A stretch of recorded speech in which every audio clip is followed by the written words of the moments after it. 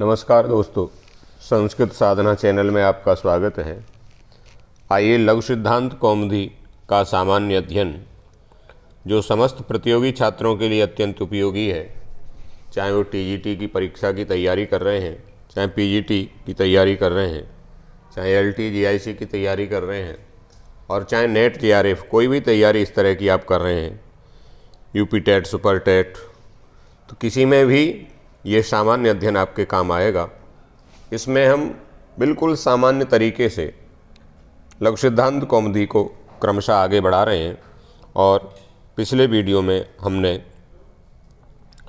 यण संधि को समझा, यण संधि विधायक सूत्रों को समझा, किस प्रकार से यण संधि विधायक सूत्र जो यणची है वो यण संधि को संपादित करता है। आज हम इस वीडियो के माध्यम से अयाद संधि को पढ़ेंगे। कौन सी? अयाद संधि। अयाद संधि के अनेक उदाहरण आते हैं परीक्षाओं में, तो अयाद संधि को यहाँ पढ़ा जाएगा। अयाद संधि का सबसे पहला सूत्र है जो अयाद संधि विधायक है, एचो यवा यावः। एचो यवा यावः। एचः क्रमाद अय अब आय आव एते स्यु रचि।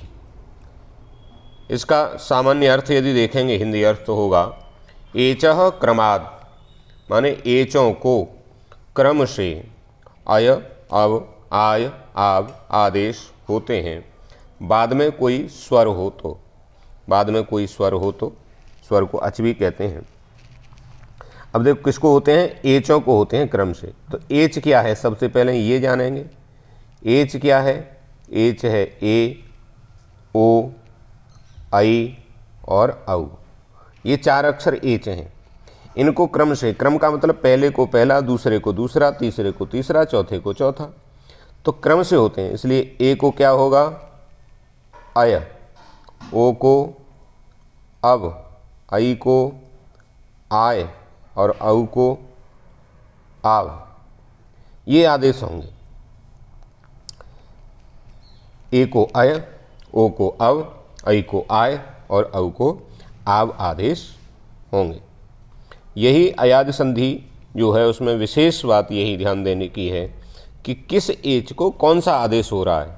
हम कैसे समझें कि इसमें अयाद संधि है, तो ये बहुत समझने की बात है। ये अयाद संधि को करने वाला सूत्र एचो यवा यावः हमने पढ़ा। इसी का सहायक सूत्र है, नियम विधायक सूत्र है, यथासंख्यम अनुदेशः समानाम सम संबंधी विधिर यथासंख्यम स्यात्। भाई सम संबंधी विधि हो तो वो यथाक्रम से होगी।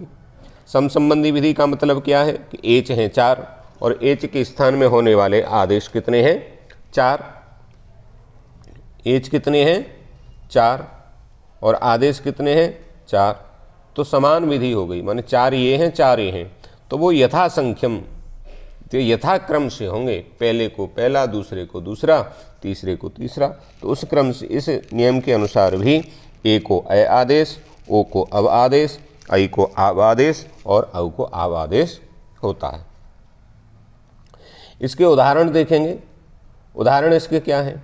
सबसे पहला उदाहरण इन्होंने दिया हरय। क्या है? हरय सबसे पहला उदाहरण है।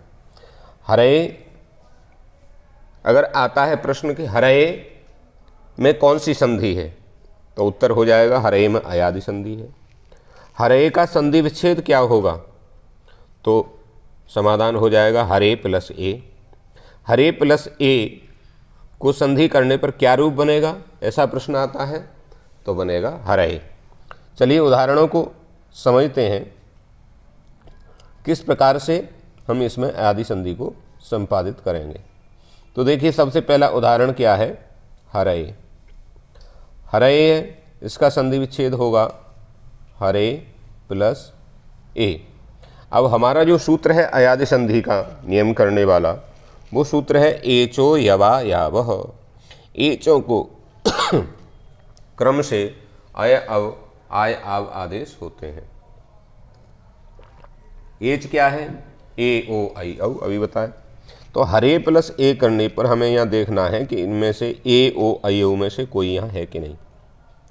देखा तो ज्ञान हुआ कि ए है, ये रा में ए है और ये ए है, किंतु वहाँ नियम के साथ एक और शर्त है कि इन एच के बाद कोई स्वर होना चाहिए, तभी इन एचों को अयादि आदेश होंगे। यदि कोई बाद में स्वर नहीं होगा तो आदेश नहीं होंगे। इस क्रम से यदि देखते हैं तो ये ए है एच, और इस एच के बाद कोई स्वर नहीं है, इसलिए इसको अयादि संधि नहीं हो सकती। किंतु ये पहली रा में ए है, ये है एच, और इससे आगे ये जो ए है ये है स्वर, तो इस ए के बाद ये ए होने से, स्वर होने से, पहली वाली जो ए है उसको हम अयादि आदेश करेंगे।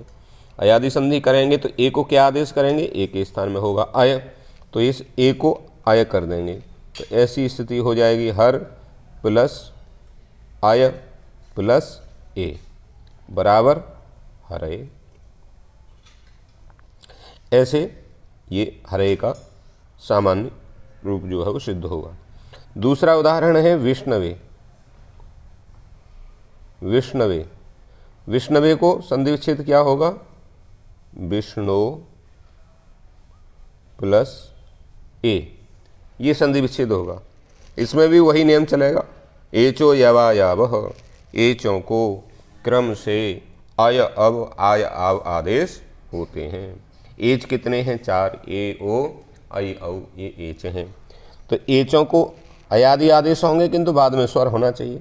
यहाँ भी विष्णु णा में ओ है एच और ए है, किंतु इसके बाद कोई स्वर नहीं है, इसलिए इसको नहीं हो सकता, किंतु ये ओ को अयादि संधि हो जाएगी क्योंकि ए जो है इसमें स्वर है बाद में। तो अच बाद में ए होने की वजह से विष्णु में जो ओ है उसको हम करेंगे अब आदेश। ओ को कौन सा आदेश होगा, अभी आपको बताया था ना, ए को अय, ओ को अब, आई को आय, औ को आव आदेश होते हैं, तो ओ को हो जाएगा अब आदेश। तो यहाँ क्या बचेगा, विष्णु, विष्णु प्लस अब प्लस ए, इसको मिला देंगे तो बन जाएगा विष्णु वे। ठीक है। अयादि संधि एच जो 4 है उसमें पहले ए का उदाहरण आपने देखा हरे, दूसरे ओ का उदाहरण आपने देखा विष्णवे। अब तीसरा एच कौन सा है, एच कितने होते हैं, 4। कौन कौन से होते हैं कमेंट में आप लिख के बताएंगे, एचों की संख्या कितनी है और वो कौन कौन से हैं, और साथ में ये भी कमेंट करके बताएंगे कि कौन से एच को कौन सा आदेश होता है। ठीक है, तो मैं समझूंगा आप सही से समझ रहे हैं और पढ़ रहे हैं। तीसरा उदाहरण देखेंगे, तीसरा एच है आई और तीसरे एच का उदाहरण इन्होंने दिया नायकः। देखिए नायकः, इसका संधि विच्छेद करेंगे तो क्या होगा, नई प्लस अकः, ये संधि विच्छेद होगा। अब देखो यहाँ भी वही नियम है, एचो यवा यावह, एचों को क्रम से अय अब आय आव आदेश होते हैं। एच क्या है, यहाँ नई में आई एच है, आगे स्वर होना चाहिए तो स्वर क्या है, आस्वर है, तो आई को क्या आदेश हो जाएगा, आय आदेश होगा। कौन सा आदेश होगा, आय, और यहाँ में से आई निकल जाएगी तो यहाँ क्या बचेगा, न हलंत बचेगा, प्लस आय प्लस अकः है, मिला देंगे क्या बन जाएगा, नायकः। तीसरा उदाहरण हो जाएगा। इसका चौथा उदाहरण, क्योंकि एच कितने होते हैं, 4, 3 एचों के उदाहरण हमने समझिए। चौथा उदाहरण क्या है, पावकः, पावकः, इसका संधि विच्छेद होगा पौ प्लस अकः, पौ प्लस अकः होगा। इसमें भी देखो वही नियम है, एचो यवा यावह। बार बार इस सूत्र को आपको बोलना चाहिए, इससे बार बार बोलने से भी आपको सूत्र तैयार हो जाएगा, याद हो जाएगा, अलग से इसको याद करने की आवश्यकता नहीं पड़ेगी। एचो यवा यावह, एचों को क्रम से अय अब आय आव आदेश होते हैं, बाद में कोई स्वर हो तो। एच है या औ, बाद में स्वर है आ, इसलिए औ को कौन सा आदेश होगा, औ को कौन सा आदेश होता है, ये आप कमेंट करके बताएंगे। औ के लिए हम कौन सा आदेश करेंगे, औ के लिए आदेश होगा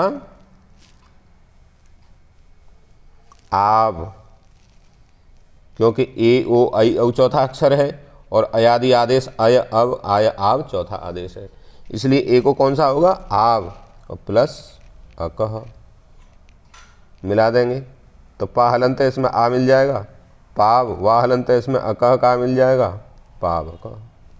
तो हरे विष्णवे नायकः पावकः। इस प्रकार से ये 4 मुख्य उदाहरण हैं। ऐसे कोई भी जो आप उदाहरण होंगे उनको आप इस प्रकार से समझ करके और ये समझेंगे कि इसमें अयाद संधि है। अयाद संधि, जब भी अयाद संधि से संबंधित कोई अगर उदाहरण आता है तो उसमें आपको समझना है कि किस प्रकार से ये अयाद संधि है, किस प्रकार से अयाद संधि नहीं है। अगर आप सही से समझ पाएंगे तो ये आपकी गलती नहीं होगी और 4 नंबर का जो आपका प्रश्न है वो पक्का हो जाएगा, क्योंकि ये प्रतियोगी परीक्षा में नंबर, अगर प्रश्न गलत हो गया तो पूरे नंबर गायब हो गए। तो ये अयाद संधि को हमने पढ़ा। इसके बाद हम अगली सीरीज में पढ़ेंगे वांतोई प्रत्यय। ये भी अयाद संधि का ही एक रूप है, किंतु इसमें अयाद संधि होती भी है और नहीं भी होती है, वैकल्पिक रूप इसमें बनते हैं। तो वैकल्पिक रूप किस प्रकार से बनते हैं, वांतोई प्रत्यय क्या नियम विधान ऐसा करता है जिससे कि अयाद संधि होती भी है और नहीं भी होती है, इस बात को हम जानने के लिए, सीखने के लिए सीरीज का अगला वीडियो देखेंगे। तब तक के लिए नमस्कार, धन्यवाद।